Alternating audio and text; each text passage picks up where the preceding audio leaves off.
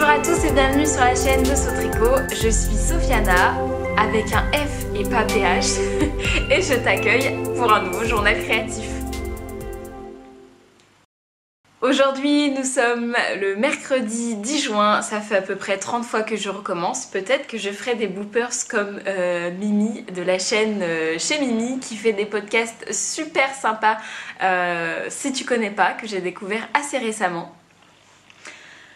Si tu es habitué à m'entendre divaguer sur plein de sujets différents, de parler de tricot et de couture et au final te retrouver à parler de pulls de Noël, de sous-vêtements ou de n'importe quoi d'autre, je pense que la chaîne de Mimi devrait plutôt t'intéresser.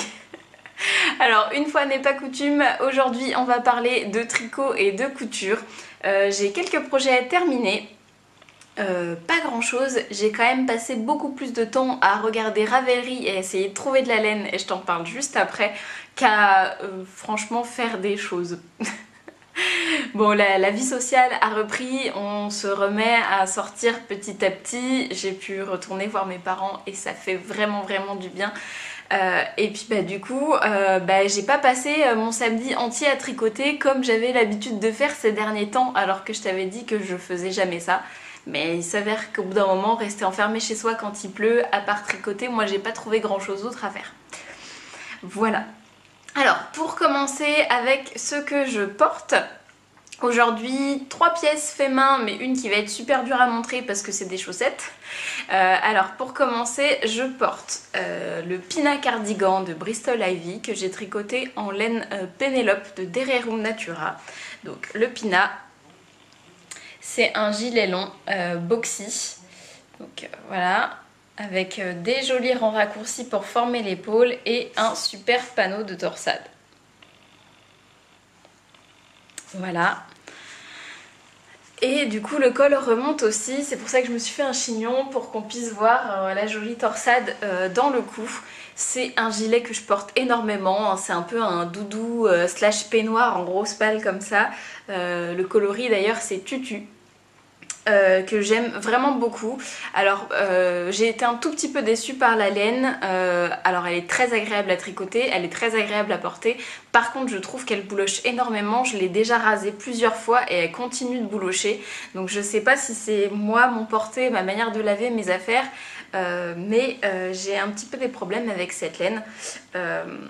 Par contre la couleur est sublime et puis c'est une marque française. Donc tout ce que j'aime.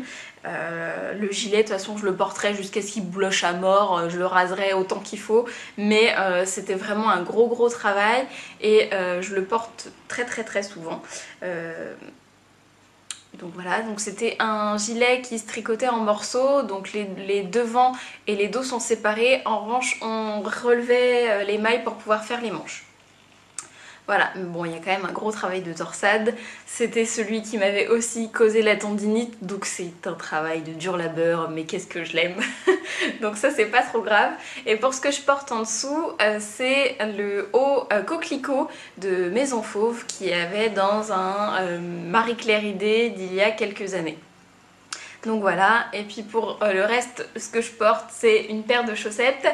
Donc bon, souplesse, ouais.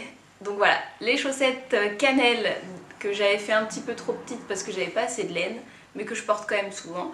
Donc la laine c'était mon Chip Shop et le modèle venait de Solène Le Roux que j'avais eu dans un calendrier de l'Avent de mon Chip Shop justement.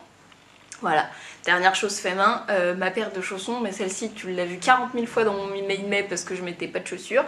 Et puis je la porte toujours autant. Elle n'a pas bougé, je l'ai déjà lavé 2 fois. Franchement, le modèle, ça vient du livre des Lubies de Louise. Je l'ai recousu d'ailleurs pour faire un cadeau de fête des mères à ma maman. Les explications sont vraiment limpides. Moi, j'ai juste réadapté pour pouvoir faire un modèle femme parce que le bouquin est concentré pour les hommes. Donc là, ça commence taille 40 et moi, je fais un 37 et ma mère aussi.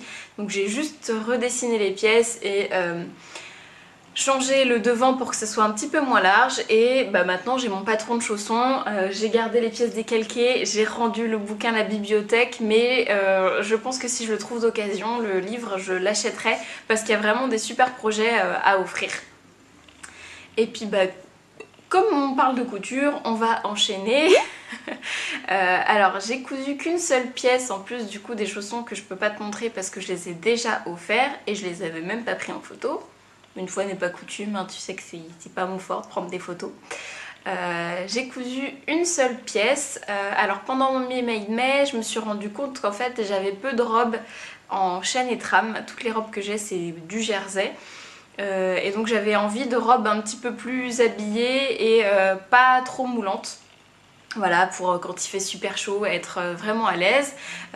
Il me restait du coup un coton. Donc il me restait juste le dernier tissu que mon voisin m'avait donné. Donc c'est un coton comme ça rayé à carreaux. Donc en fait à la base c'était un drap housse. Voilà, en 2 épaisseurs, il y avait ça d'un côté et un chambray de l'autre. Le chambray je l'ai déjà utilisé pour faire des combis de jazz et une blouse atelier Scamit. Et donc bah voilà, je me suis dit que j'allais essayer de trouver quelque chose à faire avec celui-là. Je trouve que c'est pas spécialement facile à porter. Les tout petits carreaux comme ça peut vite faire campagnard. Du coup je me suis dit que j'allais jouer le look à fond. Et j'ai voulu me faire une petite robe avec des volants.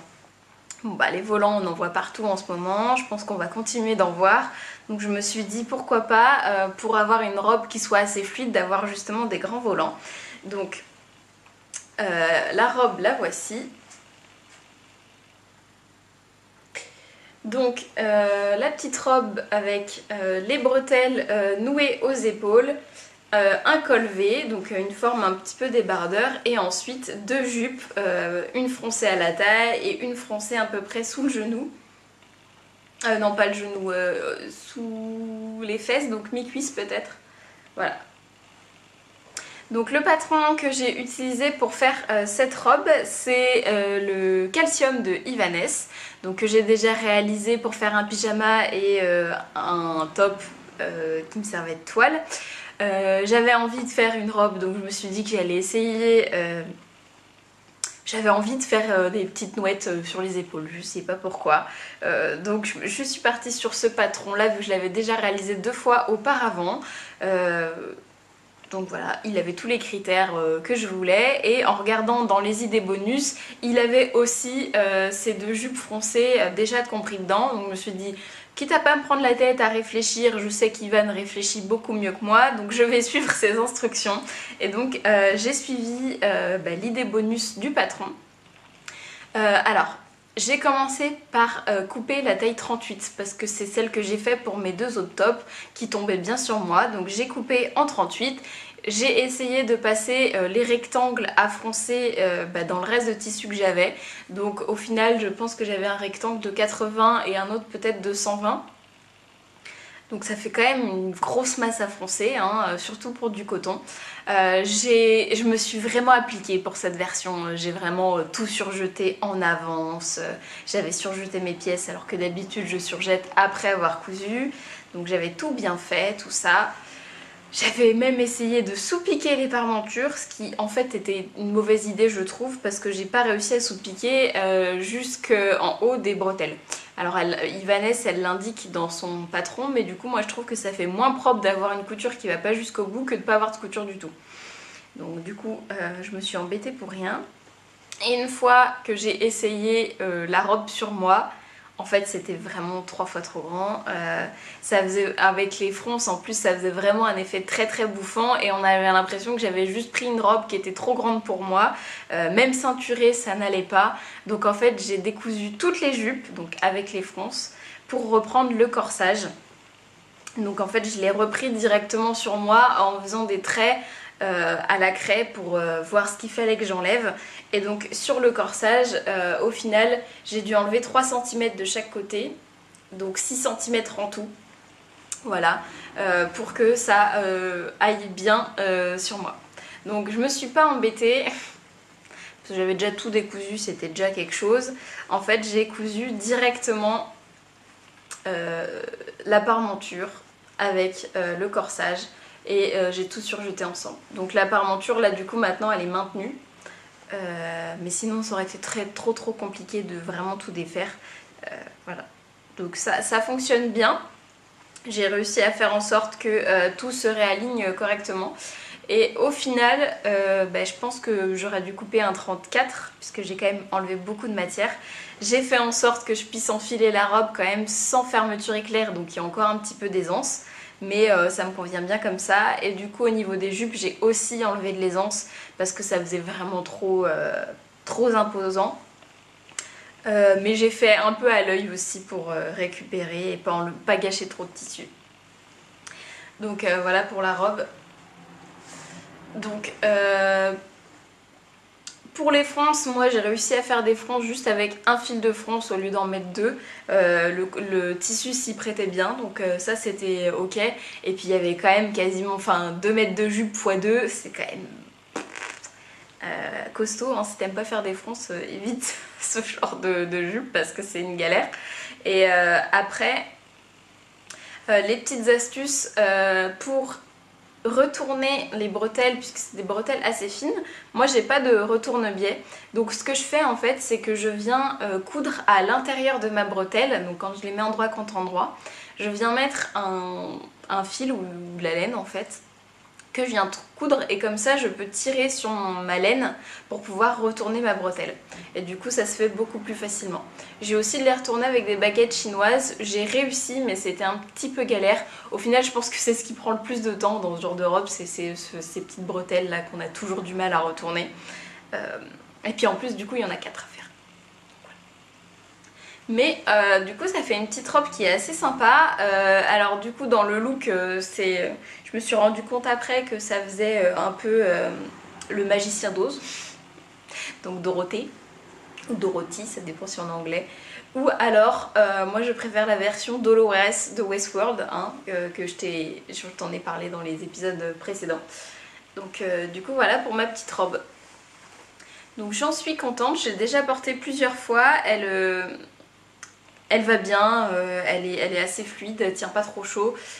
Au niveau de la poitrine aussi, elle tombe bien. La poitrine ne s'ouvre pas quand je me baisse, et elle tombe bien au niveau de l'emmanchure. Donc pour ça, j'en suis contente. Et puis du coup, je peux régler aussi les hauteurs avec les petites nouettes sur les côtés. Donc ça, c'est assez agréable. Voilà pour ma petite robe, donc du coup qui m'a fait quand même passer un petit bout de temps pour découdre et recoudre, mais qui est super sympa. Et du coup il y a d'autres versions robes sur le patron de Calcium de Ivanes, donc si c'est le genre de corsage qui te plaît, et ben n'hésite pas à aller là-dessus. Et puis du coup pour la couture c'est tout. J'ai pas repris le patchwork parce qu'il faut que j'aille acheter des fournitures. En fait là je suis bloquée parce que j'ai plus du tout de fournitures, donc il faut que je retourne en mercerie. J'essaye de regarder les merceries en ligne, mais c'est vrai que j'ai un petit peu de mal parce que moi j'ai besoin de voir les matières, parce que j'ai encore un petit peu de mal à identifier quelle tombée il faut pour quel vêtement. J'aime bien voir en vrai, j'aime bien voir les couleurs en vrai, voir si c'est transparent ou pas, donc j'ai du mal à commander sur internet. Je vais peut-être aller en mercerie, surtout que mon frangin m'a demandé une chemise pour son anniversaire. Donc il va falloir que je fasse ça. J'ai pris ses mesures le week-end dernier, donc je te parlerai de couture homme très prochainement si ça t'intéresse. Et puis pour la couture, on va s'arrêter là, et puis on va enchaîner directement avec le tricot. Donc en tricot, pour le coup là j'ai bien avancé, j'avais vraiment envie de terminer le châle. Alors, le châle dont je parle, c'est le châle Lumpy Space de Steven West, donc West Knits, donc que du coup j'ai terminé. Voilà, donc il a été assez rapide, enfin je l'ai fait assez vite parce qu'il n'est pas rapide du tout. Alors, le Lumpy Space, c'est justement ce très long châle un petit peu en forme d'amande. Voilà, donc je trouve que ça peut remplacer une écharpe. C'est ce que j'ai bien aimé. Donc la dernière fois, j'étais rendue à cette section-ci. Donc en fait, on fait les 2 sections blanches de chaque côté, qu'on vient ensuite relier avec ce diamant. Et une fois qu'on a réalisé ça, on vient récupérer toutes les mailles sur l'intégralité du tour pour faire cette section que j'ai faite plus foncée. Voilà. Donc quand on fait ça, on récupère 400 mailles à peu près ou 500 et on monte jusque 680. Donc ça fait un certain nombre de mailles sur les aiguilles, tout en point mousse. Et du coup, vu qu'il est en rond, on fait du point mousse rang en droit et rang en vert. Pour finir après avec ce rabat en picot. Voilà. Donc pour détailler un petit peu plus, au niveau des couleurs, j'ai pas respecté du tout les couleurs que Steven West, enfin l'ordre des couleurs que Steven West préconise. Moi j'ai fait un petit peu à ma sauce avec les restes que j'avais. Donc j'avais envie de mettre la Brush Silk Alpaga de Drops au centre pour avoir justement cet effet de transparence et de texture au milieu. J'ai fait pour la section 1 la Brush Silk Alpaga avec les toisons bretonnes écrues, donc pareil, on a un effet de texture. Voilà, que je trouve plutôt intéressant. Et ensuite j'ai contrasté avec les 2 toisons bretonnes qui me restaient, donc le foncé et le clair. Donc là je suis vraiment allée au bout de ma laine, il me semble que j'avais 25 grammes de chaque et j'ai pas pu finir le nombre de rangs qui était indiqué. Je pense qu'il me manque 6 rangs au total, donc j'ai pas eu les 680 mailles. Voilà, mais il fait quand même déjà 2 mètres, normalement il devait faire 2 mètres 13, donc voilà, 13 cm près. Je pense que si j'avais bloqué en tirant, ça aurait été le cas. Et pour la bordure, vu que j'hésitais, j'ai choisi au final de mettre l'autorayant de mon Chip Shop, voilà, qui s'appelait Christmas Eve, que j'ai eu dans le calendrier de l'Avent également. J'avais que 20 grammes, donc je savais pas trop quoi en faire, je pouvais pas me faire une paire de chaussettes. Et je trouve qu'en bordure de shell comme ça, c'est assez sympa, parce qu'au final j'ai toutes les couleurs qui changent sur toute la bordure. Mais c'est des couleurs qui vont ensemble puisqu'elles étaient faites d'abord pour un autorayant et c'est que des couleurs que je porte et ça rapporte un petit peu la touche Steven West au châle, puisque c'est vrai que moi j'ai choisi des couleurs très très neutres. Donc si je vous avais dit qu'on pouvait faire des basiques avec Steven West, je pense que personne m'aurait cru. Mais au final le châle est original par sa forme, mais les couleurs font que c'est pas trop criard et c'est largement portable. Voilà. Si je le plie en 2 pour faire une écharpe, c'est nickel. Voilà, il y a juste la petite bordure qui vient rajouter un petit peu de peps. Après voilà, moi c'est mes couleurs neutres entre guillemets, hein. Il y a du marron, du violet, du vert et du rose. C'est que les couleurs qui sont dans ma garde-robe, donc pas de problème pour ça. Donc je pense que c'est un bon modèle aussi à faire pour hommes. Voilà, pour offrir par exemple, ça peut être sympa. Et puis bah voilà, en fait je l'ai carburé parce que une fois arrivée à cette section-ci, avec toutes les mailles sur les aiguilles, et en fait c'était exactement la même chose que cette section-là, j'ai perdu de l'intérêt dans le châle. En fait c'est devenu un châle zéro cerveau où il n'y avait que du point mousse à faire au kilomètre, et ben moi ça m'intéresse un petit peu moins, mais je me suis dit que si je m'arrêtais là, j'allais avoir du mal à le reprendre après, donc j'ai préféré devenir monoprojet sur ce... monoprojet en fait, pour terminer ce châle avant de passer à autre chose, sinon il allait rester un petit peu trop longtemps dans son sac à projet. Et je suis bien contente d'avoir fait ça parce que je le trouve hyper sympa. Alors là on a un petit peu un redout, donc je peux déjà le porter, donc c'est chouette. Et ça rapporte un châle neutre dans ma garde-robe. Faut savoir que moi je suis une porteuse de châle, hein, vraiment. Je ne sors pas sans avoir quelque chose autour du cou. Même en plein été, j'ai toujours dans mon sac un petit châle pour au cas où s'il va faire froid. Je ne sais pas d'où me vient ce truc parce que mes parents ne portent pas de foulard ou de trucs comme ça. Mais je sais pas, je me sens mieux avec un châle. D'ailleurs on a rigolé avec Francis parce qu'en regardant les anciennes photos de vacances, qui date de 4-5 ans, et ben même avant de commencer à tricoter, j'avais toujours un foulard. Voilà. Donc en fait c'est Francis qui m'a dit que je pouvais tricoter des châles puisque je les porte tout le temps et que je sors pas sans. Donc en fait j'ai à mon actif dans ma garde-robe, je dois avoir 4 ou 5 châles et qui tournent très régulièrement, et j'avais pas de châle blanc ou gris ou neutre pour pouvoir porter avec tout. Donc c'est chose faite, j'ai utilisé tous mes restes. En plus ils sont utilisés mais pour quelque chose d'utile.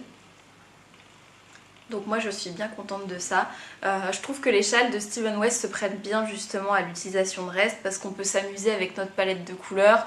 Il n'y a pas besoin de métrage assez précis puisqu'en fait on peut changer en cours de route, ça n'impacte pas souvent les designs.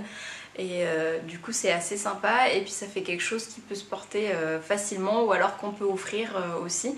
Donc voilà, donc là c'est mon deuxième châle de Steven West, mais il y en aura d'autres c'est sûr. Donc pendant que je tricotais tout ce point mousse en rond, j'ai regardé la série Is Dark Materials qui est sur OCS. Donc en fait c'est une adaptation en série du livre La boussole d'or de Philippe Pullman. Donc c'est l'histoire d'une petite fille qui est spéciale, on sait pas pourquoi, voilà, et qui en fait tous les adultes ou enfants de ce monde là ont un démon. Donc en fait c'est une petite bestiole qui nous suit toute la vie, je sais pas trop à quoi ça sert, et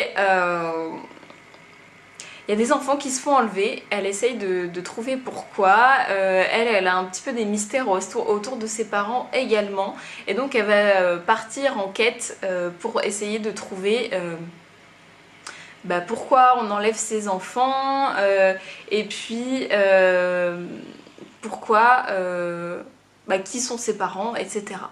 Voilà. Je raconte ça un peu vaguement parce qu'en fait c'est pas une série qui m'a particulièrement plu. En fait je l'ai regardée pour pouvoir subir le point mousse. Bon, c'est un gros mot quand même. Voilà, je vous parle de ce qui va bien et je te parle aussi de ce que j'ai un petit peu moins aimé. Donc c'est une série qui est très bien faite visuellement, c'est-à-dire que les effets spéciaux sont vraiment sympas pour une série. Il y a quand même des gros acteurs dedans, mais on n'a pas accroché à l'histoire avec Francis. C'est assez enfantin, donc je pense que pour des jeunes ados c'est très bien comme série. C'est pas trop violent, bon, il y a quand même une petite enquête, etc. Mais en fait, le personnage, le fait que ce soit un enfant et qui ait toujours la solution à tout, eh ben, ça commence à nous faire un peu bizarre. Parce que, en fait, il y en a beaucoup, des séries, même des films, voilà, il y a eu tout ce qui est young adulte, etc. Moi, c'est des choses que j'aime lire. Je trouve que c'est un petit peu plus fin en littérature. Et dans les séries, en fait, c'est toujours les enfants qui sauvent le monde et ça fait un peu bizarre quand même. Donc là, voilà, elle a toujours réponse à tout, c'est toujours génial. Les adultes, ils sont un peu à côté de la plaque et du coup, voilà. Après, le dernier épisode nous a quand même intrigués, donc peut-être qu'on regardera la suite de la série quand ça sortira. Mais c'est vrai que c'était sympa, mais ça faisait un peu un film un peu trop long, quoi. Voilà pour ça. Donc voilà pour le Lumpy Space, c'est ce que j'ai regardé pendant que je tricotais la fin du Lumpy Space. Et du coup, pour passer à mes encours tricot, ils sont plus qu'au nombre de 2. Ouais, ça commence à être pas mal, hein. Donc une paire de chaussettes et un encours un petit peu plus conséquent et un petit peu plus demandeur d'énergie. Alors, c'est les mêmes que la dernière fois. Le premier, c'est le White Horse de Kathleen Hunter. Voilà, donc c'est un pull avec un yoke en dentelle. Et donc, je suis toujours dans le yoke. Voilà, donc dans une aiguille qui est trop petite pour te montrer quoi que ce soit. Si je le tourne, je pense que ce sera un peu mieux. Donc voilà, alors en fait... Bon, j'ai avancé, hein, mais j'ai pas tant avancé que ça. La dernière fois, j'étais rendue ici. Donc j'ai fait à peu près l'autre moitié, on va dire. Je pensais finir un petit peu plus rapidement la grille, mais ce qui s'est passé, c'est que, en fait, en tricotant ce pull, j'étais happée par la grille comme d'habitude. Et je me suis dit, si je finis la grille de ce pull et que j'arrive dans le jersey en rond des manches et du corps et qu'en plus j'ai les mailles du Lumpy Space en point mousse, tout à l'endroit ou tout à l'envers en même temps, ça risque d'être compliqué pour moi à gérer. Je vais vouloir monter autre chose pour avoir un petit peu plus d'intérêt dans mon tricot. Donc en fait j'ai terminé le Lumpy Space pour être sûre de ne pas me faire avoir entre guillemets, et j'ai repris du coup le White Horse en début de semaine, donc il n'y a pas si longtemps que ça. Et puis maintenant je peux vraiment me concentrer dessus et continuer à tricoter cette grille. Alors pareil, la grille en fait c'est juste des répétitions du même motif, c'est juste qu'il y a plus ou moins de mailles en fonction d'on avance dans le yoke. Donc pas hyper dur à faire une fois qu'on a compris. Du coup je suis un peu dans le même système, le fait que ce soit exactement la même chose, je le fais parce que j'ai envie j'ai envie de pouvoir porter ce pull et le terminer, mais j'y trouve un petit peu moins d'intérêt à le faire. En fait je sais pas pourquoi, mais d'habitude je suis pas trop dans les projets, comment on dit ça, je tricote plus pour le fait de tricoter que pour le fait de porter les choses, même si au final je réfléchis toujours à ce que mes tricots soient intégrés dans ma garde-robe et qu'ils soient vraiment portés. Mais je vais pas prendre un tricot n'importe lequel, même s'il a une magnifique bande de dentelle ou des super torsades. Si la forme je sais que je pourrais pas la porter, je ne vais pas le faire. Donc je suis pas dans le process knit à 100%, c'est-à-dire qu'il faut quand même que ce soit des trucs portables. Mais celui-là, en fait, comme il n'était pas prévu dans mon planning de tricot, et qu'en fait j'ai détricoté un gilet que je portais pas pour refaire quelque chose, et qu'en fait ce patron je l'avais déjà dans ma bibliothèque, j'ai l'impression que je le tricote différemment. Voilà, je suis dedans, j'aime bien le tricoter, mais il n'y a pas ce truc de j'ai déjà pensé à des tenues avec lesquelles j'allais le mettre. Ouais, c'est assez spécial, je saurais pas trop comment décrire, mais en tout cas je suis quand même contente de le tricoter, j'aime toujours la laine, donc c'est la Drops Alpaca, voilà, le coloris c'était glacier, donc que j'ai détricoté de mon gilet Ryuk de Marguenet que je ne portais plus parce qu'il était devenu trop petit, voilà, et donc maintenant je me fais un pull avec, donc la dentelle est quand même super sympa, hein. Voilà, donc avec plein de naupes. J'ai tourné le tuto des naupes d'ailleurs parce que je fais pas les techniques qu'on voit habituellement. Donc en fait, moi d'habitude j'utilise une technique au crochet que j'ai réussi à adapter en tricot. Donc je pense que je vais publier le tuto sur ma chaîne, ou alors je vais essayer de voir si je peux mettre en IGTV, mais j'ai pas encore regardé les formats qu'il fallait. Voilà, parce que là du coup j'en ai fait quand même pas mal, donc technique approuvée.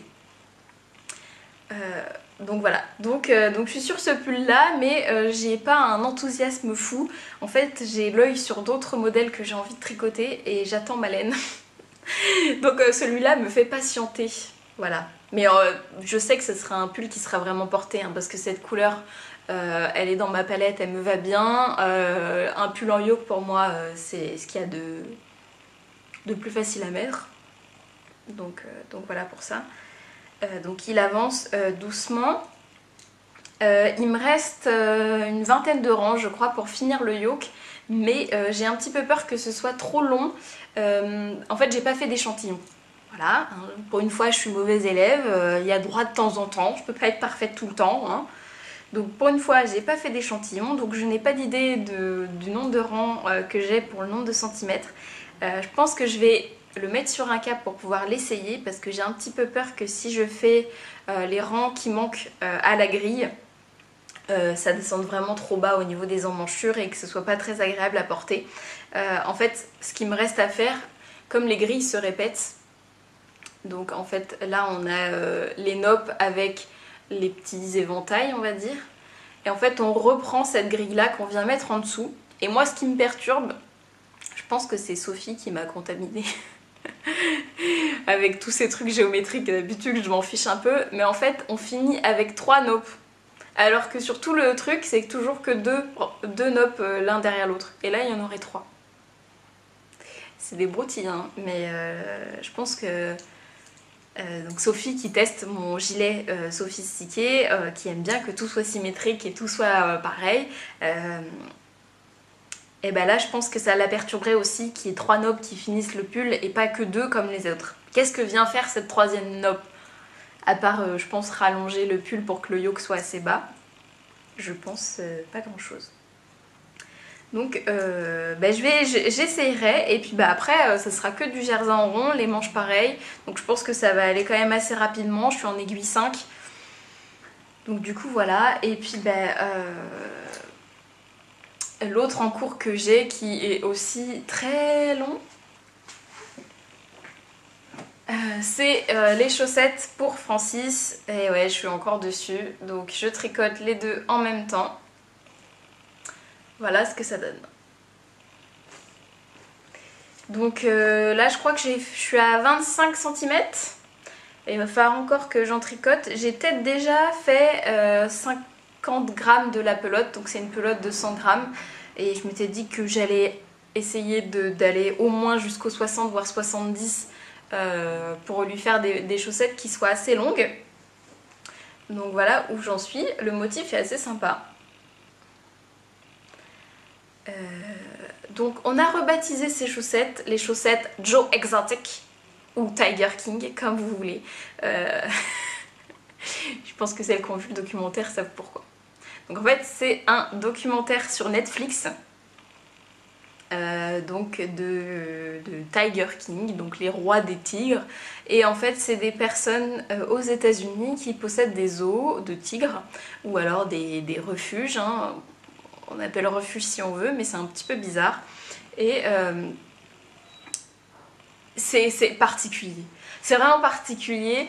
Nous, ça nous a fait rire. On a pris ça un peu au second degré. Mais en vrai, c'est triste quand même. Donc, c'est vraiment les États-Unis profonds. C'est-à-dire que là, le bonhomme, il porte une casquette avec un mulet peroxydé. Voilà, il va tous les jours à son magasin de munitions pour pouvoir tirer sur des trucs et faire exploser des trucs dans son zoo. On sait pas pourquoi. Il a un zoo avec 300 tigres, mais il va chercher de la viande un peu avariée au Walmart pour pouvoir nourrir ses tigres, mais en fait c'est ses employés qui viennent prendre la viande parce qu'ils gagnent trop peu d'argent, donc ils se servent dans les réserves pour les tigres. C'est vraiment bizarre, il y a plein de trucs assez étranges, mais bon, quand on le prend un peu à la rigolade entre guillemets, même si c'est pas drôle, hein, je l'entends, voilà, il fait quand même des musiques, le mec est vraiment imbu de sa personne quoi. Voilà, il a créé une télé-réalité sur sa propre personne, il se présente au présidentiel, il offre des préservatifs avec sa tête dessus. Bon, c'est particulier, mais bon, avec Francis, nous, ça nous a bien occupés à des soirs voilà, où on rigolait tous les deux sur ça. Et donc maintenant, on reproduit l'accent et on a rebaptisé ces chaussettes Tiger King, voilà, pour la petite histoire. Sauf que ces chaussettes elles commencent à être un petit peu longues, j'avoue. Là les deux en même temps, bon heureusement que je fais les deux en même temps parce que l'une après l'autre ça aurait peut-être été encore un peu plus fatigant. Là je fais les deux en même temps donc forcément ça avance un peu moins vite, mais j'aurai deux chaussettes exactement identiques et j'utilise à fond ma laine pour pouvoir lui faire sa paire de chaussettes. Donc voilà, donc là c'est un tube en jersey, je ferai un talon après coup. J'hésite encore si je vais faire un talon après coup, mais je vais peut-être le faire en raccourci. Je sais pas, j'ai jamais essayé sur Francis et ça m'intrigue un petit peu.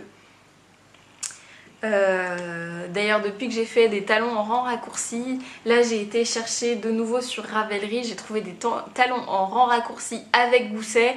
Et je pense que ça serait vraiment pas mal pour mon pied, parce que j'ai le coup de pied assez fort. Mais en même temps, j'aime bien la forme du talon en rang raccourci. Donc je vais essayer ça, je pense que j'ai un nouveau design en tête et je pense que je vais essayer de faire ce genre de talon. Ça change un peu, voilà. Et puis je pense que ça peut être adapté à pas mal de pieds au final. Parce que la différence entre le talon à gousset, donc le talon renforcé, et le talon après coup ou en raccourci, en général c'est plutôt le confort au niveau du pied et au niveau du gousset, du coup de pied. Les gens qui font des talons en renforcé comme moi, c'est pas qu'on kiffe faire un gousset et qu'on aime bien faire des rangs raccourcis, plus une bande, etc. hein. Je pense que même si ça rythme le tricot, il faut quand même un petit peu plus de temps pour faire ce genre de talon. Mais c'est le talon qui nous va le mieux au niveau du pied. Donc je pense que rajouter un gousset, un talon rang raccourci, c'est pas idiot. Je teste et je vous en reparle. Donc peut-être essayer un rang raccourci pour Francis, on verra ça. Et donc pour la laine, c'était une laine qu'on avait achetée au Canada pendant notre voyage l'année dernière. Et donc c'est la laine qui vient de la mercerie Madeleine au Québec, et à Québec aussi. Voilà, donc 75% de laine, superwash et 25% de polyamide. Donc une laine à chaussettes, tout ce qui est plus classique, mais du coup elle fait ses petits motifs toute seule, donc c'est plutôt sympa. Voilà. Et donc pour la pointe, j'avais fait une pointe arrondie. Donc il va falloir encore que je fasse un bon morceau pour avoir une tige qui soit assez longue. Là je pense que je peux lui faire le talon, mais ça fera des soquettes, donc c'est pas terrible. Donc en fait je continue ça par-ci par-là. Normalement Birélène devrait reprendre dans pas trop longtemps en physique. Donc je pense que ce sera mon projet quand je sortirai. Voilà. Pour mon tricot, tout ce que j'ai sur mes aiguilles, j'ai pas repris le crochet parce que j'ai toujours pas de rembourrage, donc à part faire des trucs à plat, je peux pas continuer ma dinette. Donc pour ceux qui savent pas, le cal crocheté équilibré, donc pour créer cette dinette sur toute l'année, a commencé. Le mois de mai c'est terminé, donc on a tous posté nos fruits, légumes, plats, etc. En vrai il n'y a pas de date d'ouverture ou de fermeture, tu peux t'inscrire quand tu veux. Le principe c'est vraiment de pouvoir se partager des patrons et de se motiver avec nos réalisations parce que c'est un projet quand même de longue haleine. Petit disclaimer d'ailleurs, je parlais du livre Adorable Dinette la dernière fois que j'ai enregistré et que je l'avais trouvé à 3 €. En fait, il s'avère que c'était une promotion que j'ai eue et que je ne savais pas du tout que c'était des promotions. J'ai eu aucune notification, donc je suis désolée pour les personnes qui le cherchent à petit prix. Ça reviendra peut-être, hein, mais là du coup il est repassé au prix normal qui est du coup de 6,99 € si je me trompe pas. Donc voilà pour ça, désolée. Mais le livre est toujours génial, hein, donc même à 6,99 € si tu préfères travailler en PDF, je t'invite quand même à l'acheter en e-book. Et pour continuer à parler de ça, je pense que je vais faire un tutoriel pour vous expliquer comment je suis mes patrons sur liseuse. Et je vais le faire également pour les patrons sur portable. Parce qu'en fait je reçois plein de questions, que ce soit de mes testeuses ou sur Ravelry pendant le cal crocheté équilibré. De gens qui ne savent pas qu'on peut annoter de PDF, qu'on peut noter nos avancements, enregistrer plein de trucs en fait, hein, utiliser le PDF qui a des signés, etc. Donc je pense que je vais faire un tutoriel pour expliquer comment je fais pour suivre mes patrons en numérique en général, donc que ce soit liseuse, ordinateur et portable. Donc si tu as des questions particulières, par exemple des choses que tu aimerais faire, comment compter ses rangs, quelle application utiliser, etc. N'hésite pas à me poser des questions en commentaire sous cette vidéo pour que je puisse préparer un tutoriel qui soit le plus complet possible comme j'ai essayé de faire pour le tutoriel pour utiliser Ravelry. Voilà, donc moi je n'imprime pas mes patrons depuis le début quasiment, hein. Donc j'utilise ces méthodes depuis assez longtemps, donc si ça peut permettre à quelqu'un de mieux comprendre comment ça fonctionne, ce sera avec plaisir pour ce tutoriel. Et puis pour ce qui est du loisir créatif, c'est à peu près tout. Voilà, la dernière... je vais peut-être aller regarder si j'ai pas reçu mon courrier d'ailleurs. Bon j'ai pas reçu ma laine. Voilà, donc je t'ai dit en début d'épisode qu'en fait j'ai passé beaucoup de temps à chercher de la laine et en fait c'est pour mes futurs projets. Donc là une fois que j'aurai fini mon White Horse, j'ai plus de quantité pull dans mon stash. Donc youhou, tant mieux, hein, j'aurais tricoté quasiment toute la laine que j'ai dans mon tiroir. Voilà, sauf que du coup il faut que j'en rachète et j'ai déjà prévu mes futurs projets. Alors on me jette pas de pierre, j'ai envie de tricoter des choses en worsted en plein été. C'est comme ça, hein, chacun fait ce qu'il veut, voilà, je trouve plein de tops d'été super sympas, mais je me dis que le temps que je les tricote, je les porterai pas, donc je prévoirai un petit peu plus tôt l'année prochaine. Et là je me dis que le temps de tricoter mes pulls en worsted, peut-être que du coup je pourrais directement les porter au mois de septembre et bien rentabiliser mes pulls entre guillemets. Après, là, on n'a quand même pas un temps, ça y est, c'est reparti. Donc j'ai pu porter mon pull lilas que j'ai fini il y a pas longtemps, je peux porter mon châle, donc les saisons maintenant. Enfin voilà. Donc les deux pulls que j'ai prévu de tricoter, et ça depuis très très longtemps, donc c'est celui-ci, donc le Nightgale de Nora Gogan. Voilà, un pull avec des torsades que je trouve sublime. Il me fait de l'œil depuis super longtemps. Voilà. Donc j'avais demandé à mes beaux-parents de m'offrir le pom-pom à un Noël, donc le Noël de la sortie. Hein. C'était quand? Je crois que c'était 2018, c'est ça. Et donc je l'ai dans ma liste depuis 2018, donc il est temps de le tricoter. Et le deuxième que j'ai prévu de faire, donc du même magazine, c'est le Christabel. Voilà. Alors celui-ci, un petit peu plus de doute pour moi. En fait, je porte pas souvent mes gilets fermés et j'ai pas de gilet avec des cols en fait. Souvent mes gilets c'est soit des gilets ouverts comme celui-ci, soit des gilets en col V. Donc je sais pas trop si la coupe va m'aller. Mais ça m'intrigue et voilà, j'ai envie d'essayer. Et en fait, comme c'est une veste en worsted, ça va faire quand même plus une veste justement qu'un gilet. Et j'ai pas de gros gilets comme ça à mettre parce que moi j'ai quand même souvent froid. Et donc je me dis que ça peut être sympa l'été à porter justement, au lieu de me trimballer un perfecto ou une veste en jean, de pouvoir avoir un gilet tricoté. Sauf que voilà, donc c'est deux modèles qui quand même demandent du métrage, donc à peu près 1200 voire 1300 mètres pour une taille S. C'est quand même assez conséquent, et ça en worsted. Donc worsted c'est de la laine qui se tricote à peu près en 4,5-5, donc c'est de la laine assez épaisse, et en général on trouve cette laine là, c'est à peu près en gros 100 mètres pour 100 grammes, hein, voire 180 mètres pour 100 grammes pour certaines, ça dépend. Et bon, donc il faut quand même un certain nombre de pelotes pour pouvoir tricoter son pull. Voilà, là celle qui est recommandée c'est 123 mètres pour 50 grammes. Voilà. Donc il faut quand même beaucoup de pelotes. Et j'ai eu beaucoup de mal à trouver de la laine qui soit pas trop chère.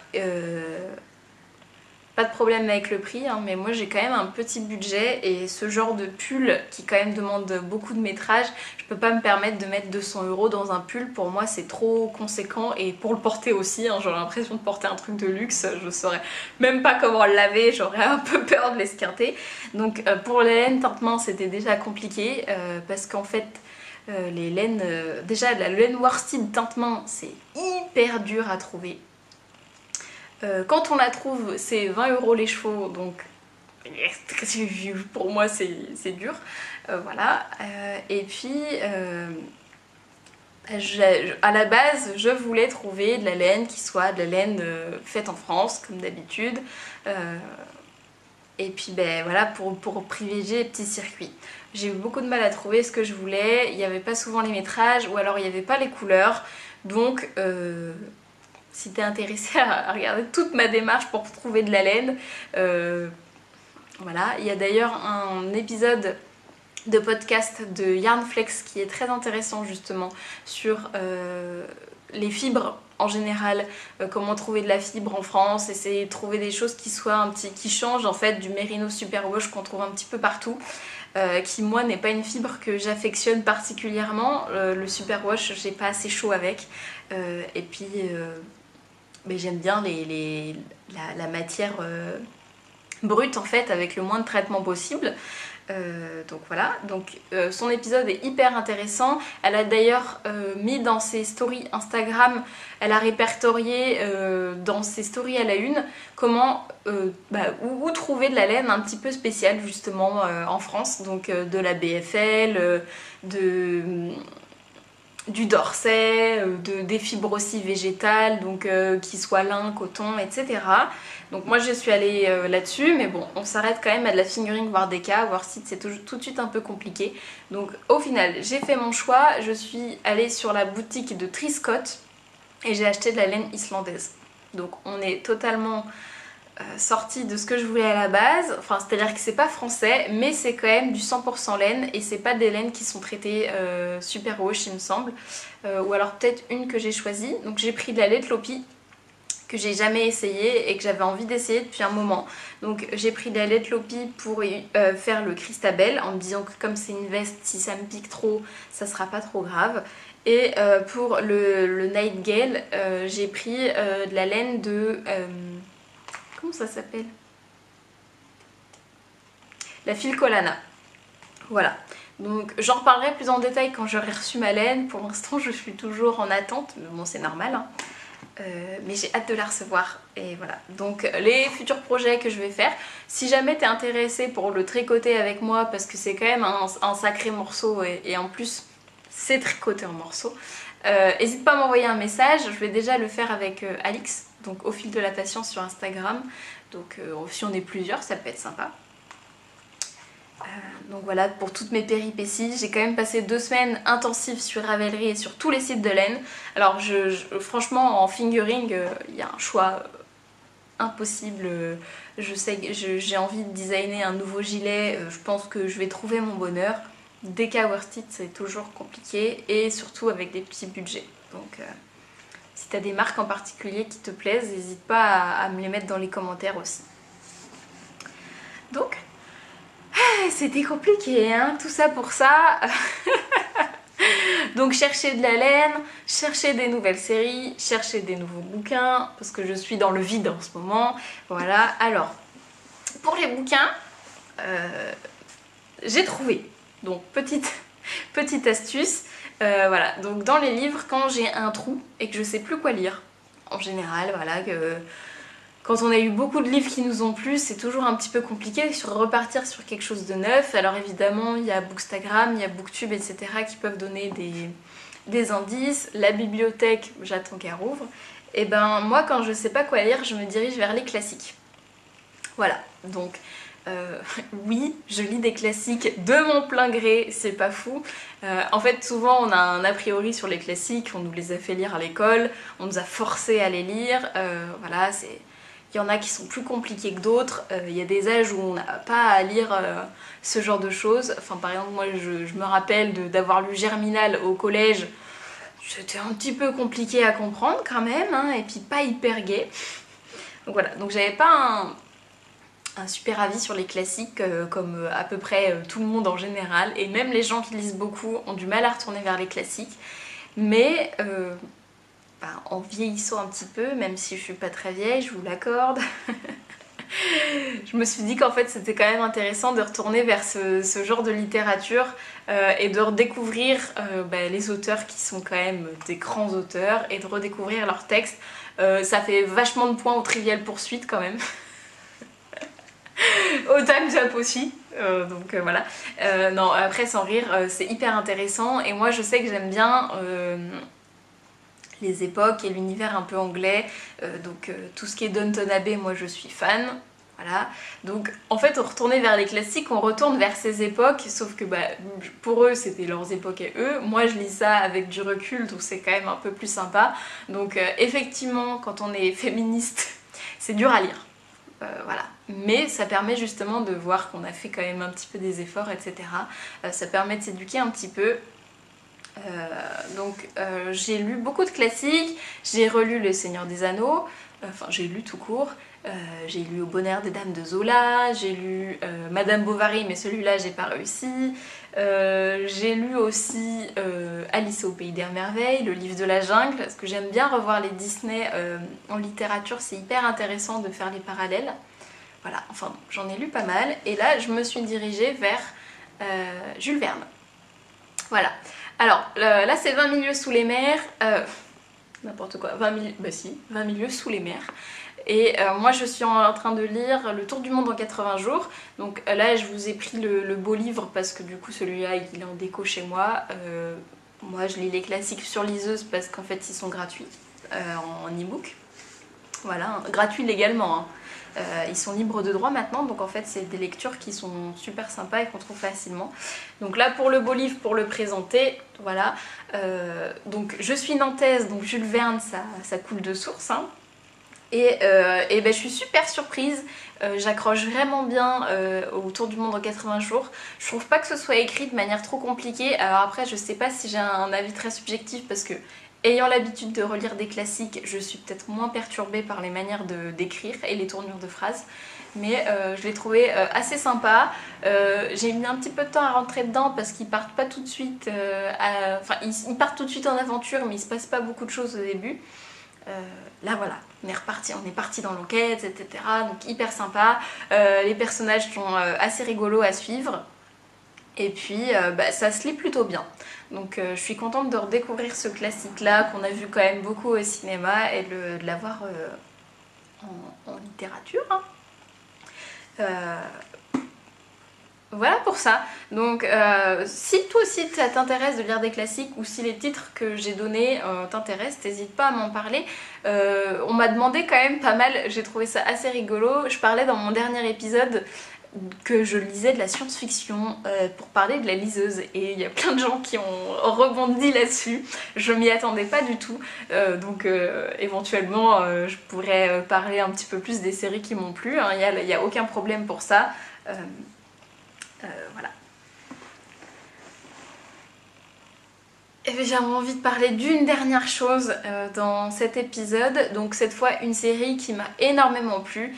En ce moment ce qui se passe sur l'actualité, sur le racisme, sur les violences policières, les discriminations en général, on en entend beaucoup parler. J'ai fait le choix de faire un post sur mon compte professionnel, donc Sautrico, pour justement parler de ça. Je vais en parler ici aussi, c'est des sujets qui sont importants. Alors oui, on peut être maladroit, oui, on n'en parle peut-être pas comme il faut. En fait, le but c'est pas de se jeter la pierre, c'est juste de rendre ce sujet qui est important et de le mettre en avant. Donc on n'a peut-être pas toujours les mots, mais on est là pour apprendre justement. Voilà. Moi c'est mon métier d'enseigner, donc pour moi ça me paraît... J'essaye de donner la même chance à tout le monde d'apprendre. Voilà. Et donc j'aimerais qu'on me donne aussi la chance d'apprendre de mes erreurs. Donc si je fais des boulettes parfois, faut pas hésiter de me le dire. Voilà, donc une série que j'ai beaucoup aimée et qui m'a permis d'apprendre un petit peu plus justement sur l'histoire des Noirs et particulièrement des femmes noires parce que c'est des personnes qui sont extrêmement touchées par le racisme. Faut savoir qu'une femme noire a quand même presque 50% de plus de chances d'être harcelée sur les réseaux sociaux mais aussi dans la vraie vie. Donc pas facile. Et donc j'ai regardé sur Netflix un documentaire, donc une mini-série qui s'appelle Self-Made.